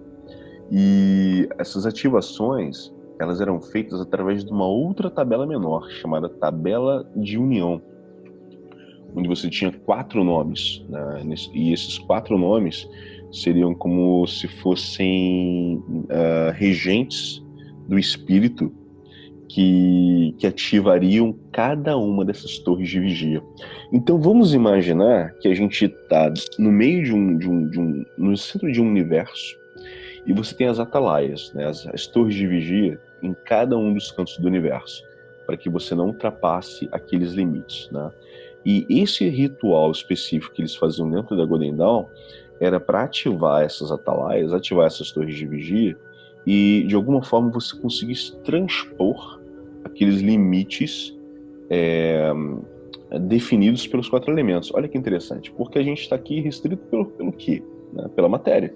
Se a gente for trabalhar, né? Se a gente for tratar, Exato. Por exemplo, na caminhada na árvore da vida, até mesmo dentro de ordens como a AA ou outros sistemas, né? A gente está ali em Malkuth, a gente está restrito, né? Constrito pelos 4 elementos. Se a gente consegue ativar esses elementos, nessas atalaias, para que a gente consiga de uma forma expandir o nosso raio de ação, a gente consegue ir além daquele mundo material, né? E ir além desse mundo material vai nos levar a um próximo ponto muito importante, que, na minha opinião, é um dos métodos de trabalho mais interessantes no sistema enoquiano, que são os éteres, os Aetirs, que são os planos. Então a gente tem sistematizado 30 planos, né, que vai desde o mais próximo à Terra até o mais distante. E a gente pode imaginar como uma casca de cebola, né? A gente está ali no núcleo da cebola e a gente está tentando expandir, tentando passar por cada uma das cascas da cebola para a gente poder sair da cebola, para a gente poder sair dessa prisão que está aqui. E foi esse trabalho que o Crowley fez, né? Até onde eu sei, na Golden Dawn se fazia a ativação das torres de vigia, mas não se fazia o trabalho da viagem nos éteres, né? Ou se fazia, não se aprofundavam tanto. Crowley foi além. Crowley ele fez todo o trabalho, e foi esse trabalho do Crowley, dentro da visão que é descrito no livro A Visão e a Voz, que ele descreve a passagem dele por cada um dos éteres e cada uma das coisas que ele enfrentou ou com que ele se deparou, inclusive entidades, paisagens, coisas que as entidades mostravam a ele. E o que é mais interessante, que nós já tivemos experiência própria, eu digo assim, nós do grupo a gente pode falar isso, que mesmo sem a gente saber o que estava dentro de determinado Aetir, dentro de determinado éter, a gente teve exatamente a mesma visão que é descrita pelo Crowley. Então, não é a questão de, não, você leu e foi induzido a enxergar aquilo ali. Não, a gente comprovou na prática que é igual, antes de ler. Então, não tinha nem como ter sido induzido, né? Então, nós achamos muito depois, né? Isso, a gente foi encontrar muito depois. Descrição. Inclusive, a gente viu uma imagem, né? A gente viu um desenho que foi feito com a mesma imagem que foi vista. Exatamente. Up your face, the Amaral, old wrong.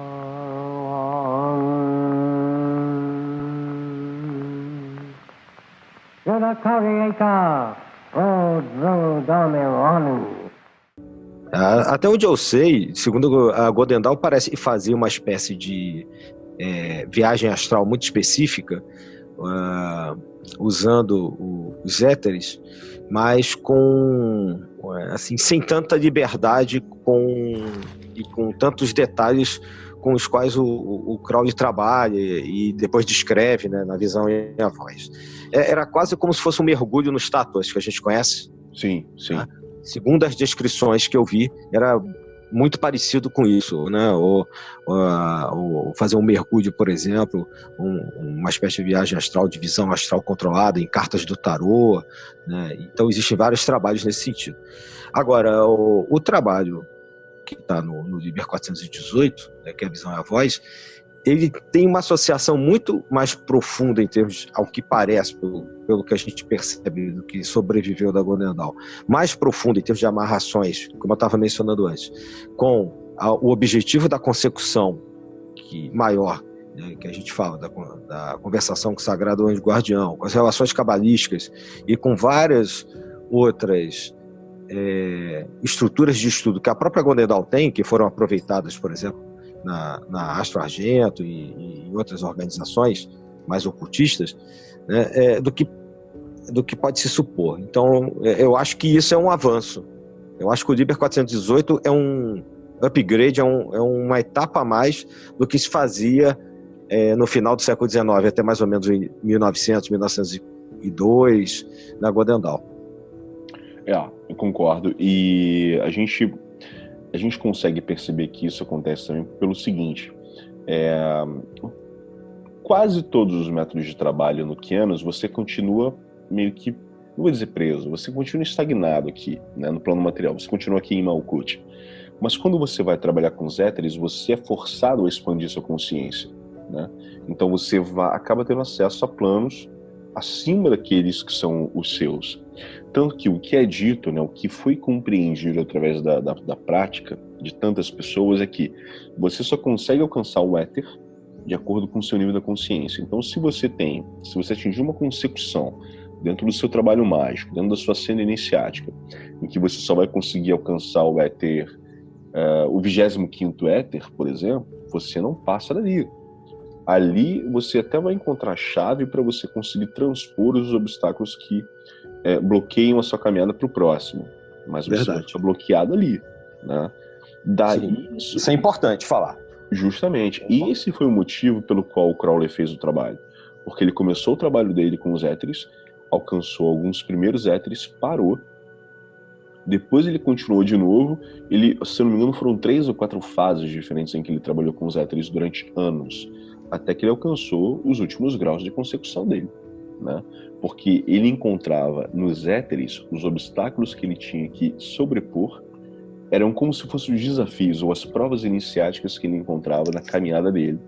Então aquilo comprovava o nível de consecução que ele tinha.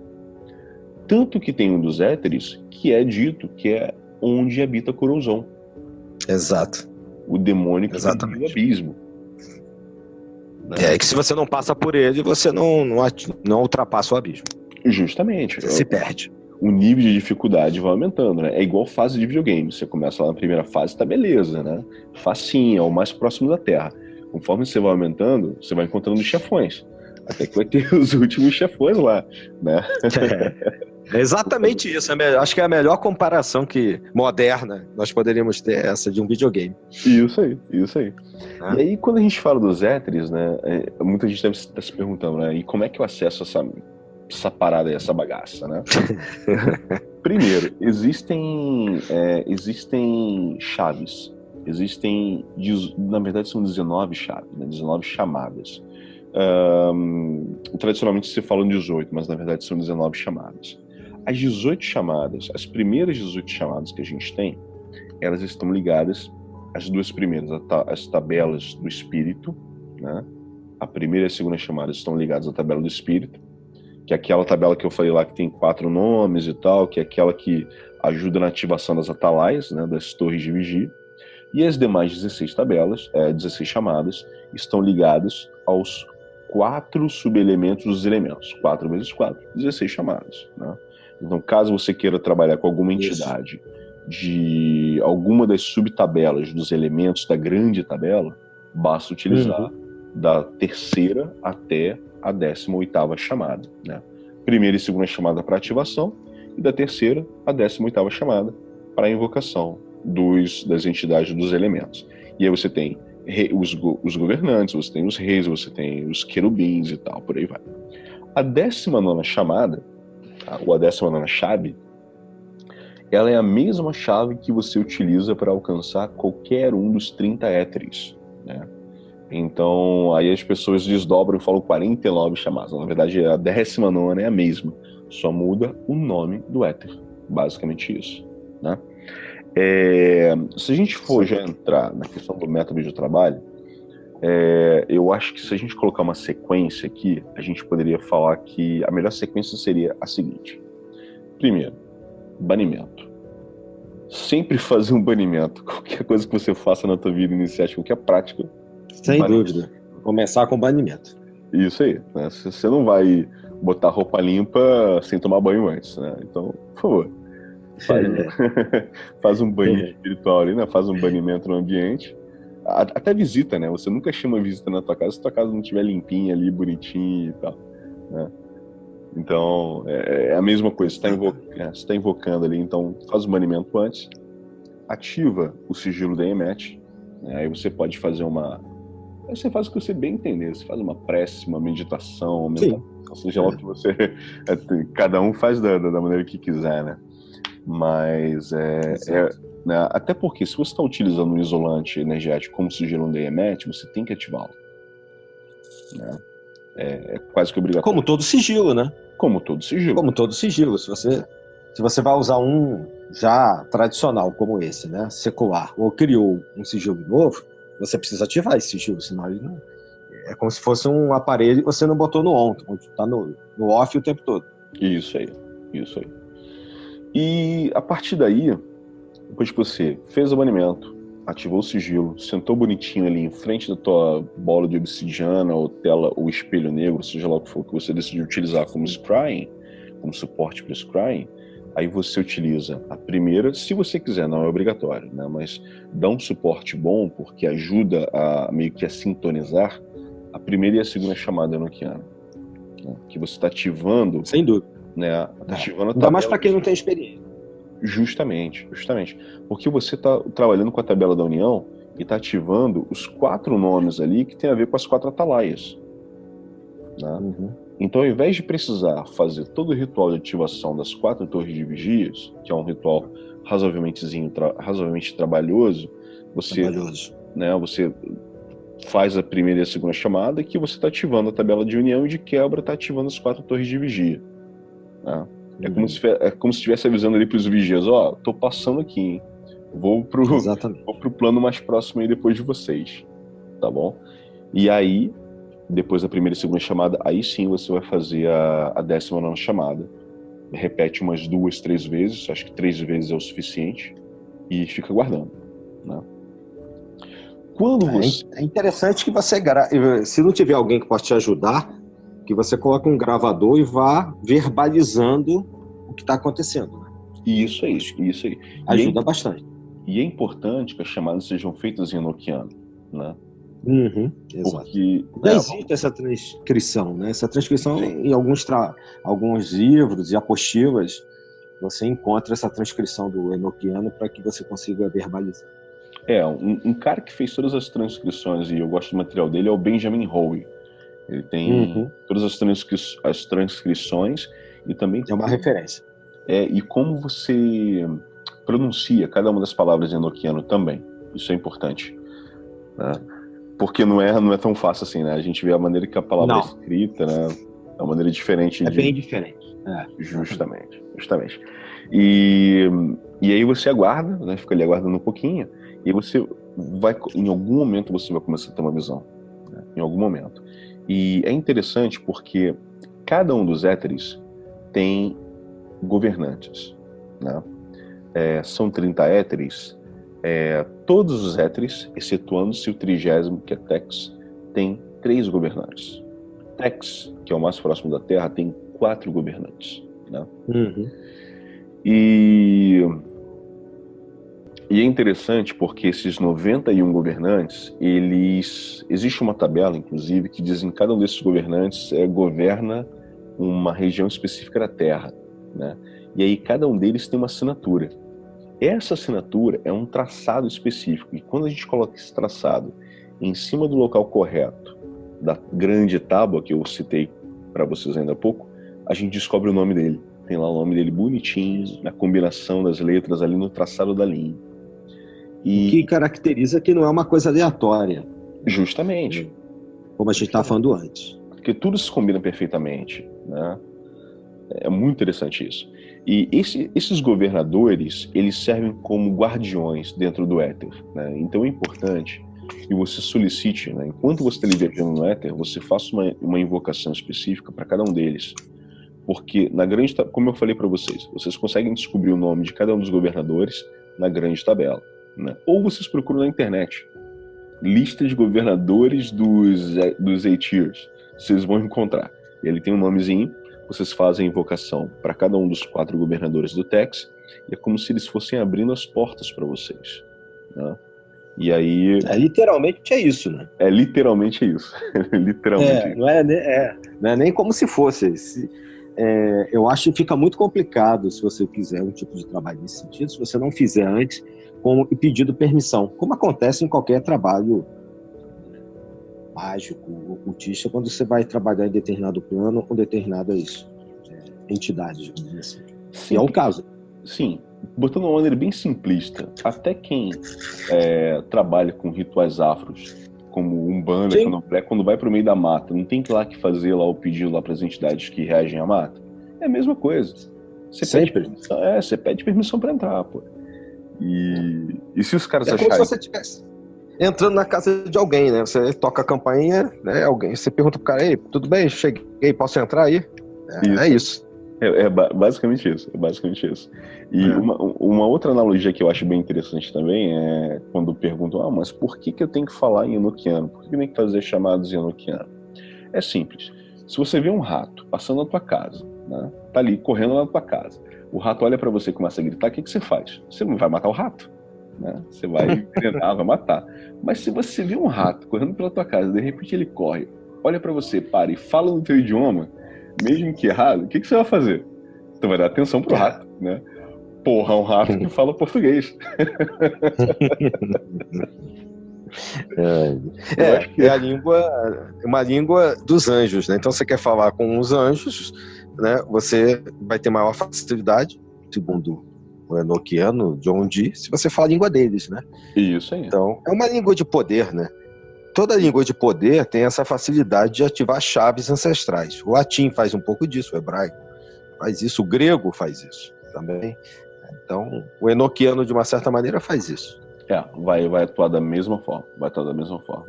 Então, assim, esse eu acho que já seria o meio mais fácil de começar a trabalhar com o enoquiano, caso algum de vocês tenha interesse e tal. Eu não sei também se algum de vocês já fez algum trabalho com...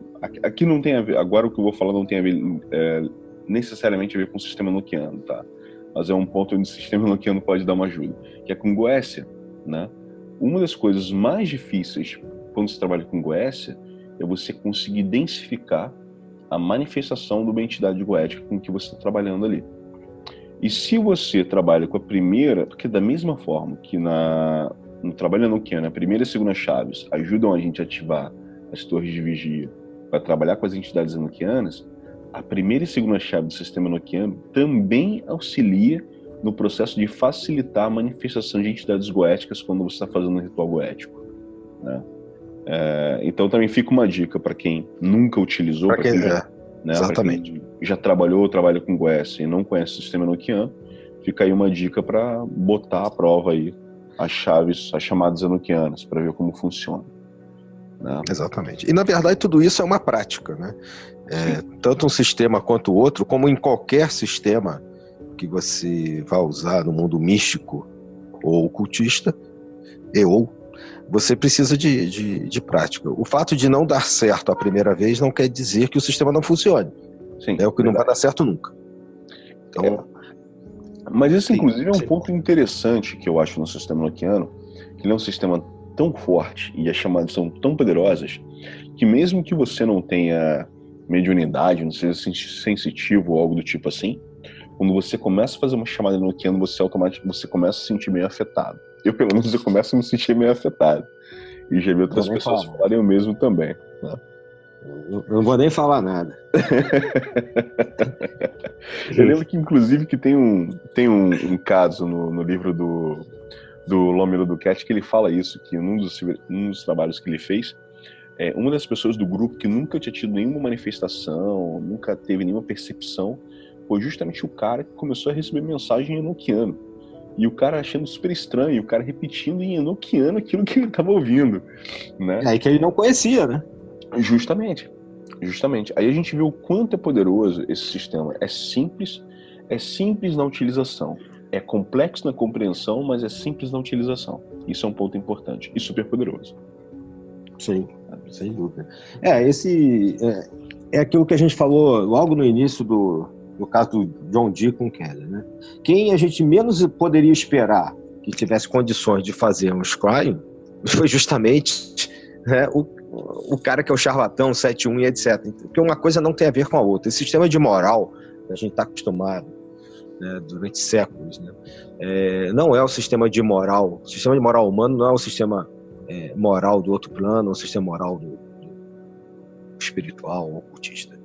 Então, também é interessante marcar essa questão de onde menos se espera acontecem resultados. Não se tem um pré-julgamento não só do sistema, mas também das pessoas, às vezes estão trabalhando nesse sistema, como você falou aí da Goécia também, e de outros que existem, porque não há necessariamente uma amarração de um pré-julgamento moral com um resultado que vai se conseguir com determinada pessoa ou determinado sistema. Sim, correto. Um outro ponto importante para se frisar também é que esses seres que são contactados através do sistema enoquiano não são seres perfeitos, né? Algumas pessoas colocam como anjos, mas a gente não sabe se são anjos ou não, né? São apenas títulos que a gente está utilizando, mas não são seres perfeitos e, obviamente, são seres mais avançados do que nós, mas numa outra dimensão, num outro plano, numa outra realidade. E da mesma forma que nós temos curiosidade com relação ao mundo deles, eles também têm curiosidade com relação ao nosso mundo, né? Eles também não têm pleno conhecimento de tudo que a gente tem aqui, né? Não, inclusive tem uma mensagem de um deles, há uma pergunta que o John Dee faz por meio do Edward Kelly, numa dessas transcrições, em que o anjo, né, que eu não lembro qual era a assinatura, disse: bom, eu não posso responder porque eu não sou do mundo de vocês. Ou seja, não são humanos, né, e também não têm a mesma vivência que nós. É como se fossem dois mundos diferentes tentando entrar em contato, que se tocam, exatamente. Isso. E há uma linguagem comum que os une, que é a chamada de linguagem enoquiana ou sistema enoquiano. Isso aí. É como se fosse a senha para acessar aquele sistema, né? Exato. Um outro ponto que também a gente pode tocar no assunto é que, como não são seres perfeitos, eles também não são seres eternos. Então, não é porque uma entidade entrou em contato com o John Dee lá, há 500 anos atrás, você é mesmo que vai entrar em contato com a gente.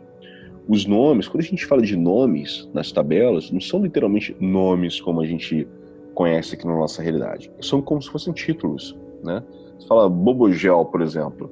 É um nome? Tá, a gente considera como nome, mas na verdade é o título de uma entidade que é o rei de um determinado planeta. Eu acho que é o rei do Sol ou algo do tipo. Mas, na verdade, essas entidades, elas mudam, porque elas morrem, né? Ou elas morrem, ou mudam de plano, sei lá o que acontece com elas. Mas elas mudam, né? Da mesma forma que a gente morre, né?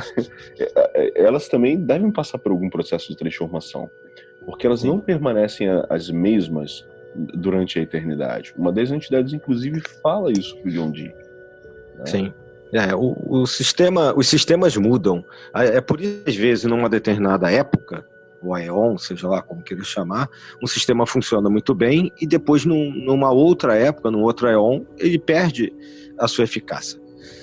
O Homem Uducat tem uns discursos interessantes, até na internet, quando ele trata, por exemplo, da Goécia, você mencionou antes. Ele tem algo, se eu não me engano, ele é um dos que, não tenho certeza agora se é só ele, mas que tem a teoria de que os nomes e as chaves que são colocadas e evocadas ali já não seriam as mesmas da Idade Média ou da Antiguidade pré-cristã, por exemplo, ou mesmo medieval. E que elas teriam uma tendência a se transmutar, como você está dizendo, e a perder força, então que o sistema em si não teria, depois de muito tempo, ele perderia a validade se não fosse renovado. No caso do enoquiano, por ser muito mais recente, existem opiniões, não só dele, mas de outros, no sentido de que ele continua válido, né? Mas, como você disse, não quer dizer que seja exatamente a mesma inteligência, apesar de responder pela mesma chamada. Sim, verdade. Tudo é como se existisse... vamos supor, quantas pessoas chamadas, sei lá, Luiz, existem no Brasil? Isso aí. Sei lá. Então, se você juntar elas num determinado lugar e gritar por Luiz, né, várias vão responder. Não quer dizer que seja a mesma do século passado ou de 3 séculos atrás. Né? Luiz XIV, Luiz XVI, Luiz Vieira. Ou se alguém, por exemplo, chega aqui na Holanda agora e vai chamar Luiz, vai ser um outro Luiz que vai responder, diferente do Luiz que mora no Brasil. Né? Luiz Clodo de Saint-Martin. Isso aí. Mas tudo é Luiz, pô. Verdade. E muda, né? São realidades dinâmicas, da mesma forma que a nossa realidade é dinâmica, a deles Exato. É dinâmica. Né? Exatamente. Bem, eu acho que a gente já está com mais de 1h40 de podcast. Já perdi também a conta aí. Mas foi muito bom. Eu acho que a gente conseguiu avançar bastante e abordar algumas idiosincrasias aí do sistema enoquiano e a parte histórica também, né? Que é muito importante. Sim. É contextualizar, né? Sim. O processo. Sim. Eu, pessoalmente, nunca ouvi nenhum podcast em português que falasse sobre sistema enoquiano, então tá aí. Eu também não. Uma primeira possibilidade pra galera pesquisar um pouco mais. É isso aí. É isso, né? Então, para me despedir, só vou enfatizar isso. A ideia é fazer uma introdução a um sistema muito vasto. Aliás, como qualquer podcast, né? A gente vai tratar de um assunto que, obviamente, a ideia é instigar, fazer com que as pessoas que conhecem possam se aprofundar, trocar ideias, né? Mandar mensagens e a gente sugerir coisas novas e aprender. A gente está aprendendo a cada conversa. E para aqueles que não conhecem, né? Estão instigados a ir buscar alguma informação, a passar a conhecer. Então, nunca vamos esgotar assunto nenhum.